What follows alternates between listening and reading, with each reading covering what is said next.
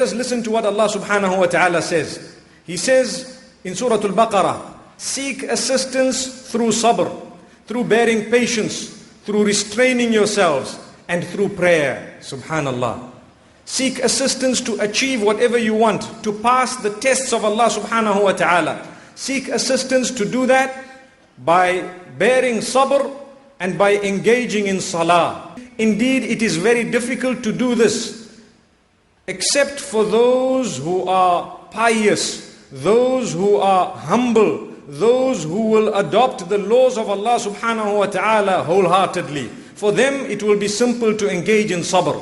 Let us take a look at the types of patience we have. There are three major types of sabr that we as Muslimin are taught. The first is the endurance required in order to fulfill the commands of Allah subhanahu wa ta'ala. The second is the restraint required in order to abstain from the prohibitions of Allah subhanahu wa ta'ala. And the third is the acceptance of the decree of the Almighty when calamity comes in our direction. So these are the three types of patience. A lot of people think that only the third one is known as sabr.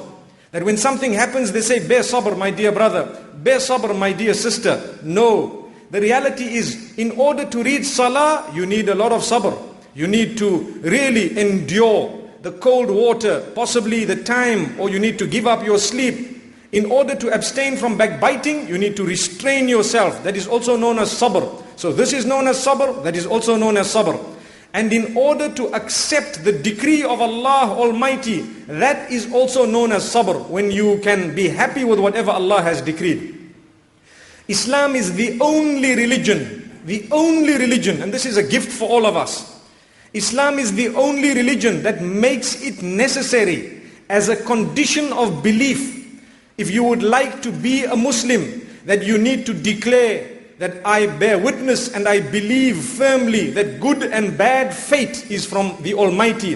His decree is final and I am always happy with it and I will not compete with it. If we don't believe that, we are not mu'mineen. Haven't we said, وَالْقَدْرِ خَيْرِهِ وَشَرِّهِ مِنَ اللَّهِ تَعَالَى. We believe that good and bad fate comes from the Almighty. So Islam helps us to live, because this whole life is a test. Allah subhanahu wa ta'ala promises us that He will test us. And already in advance, we have declared that we will never compete with the decree of the Almighty. We believe that He is in command.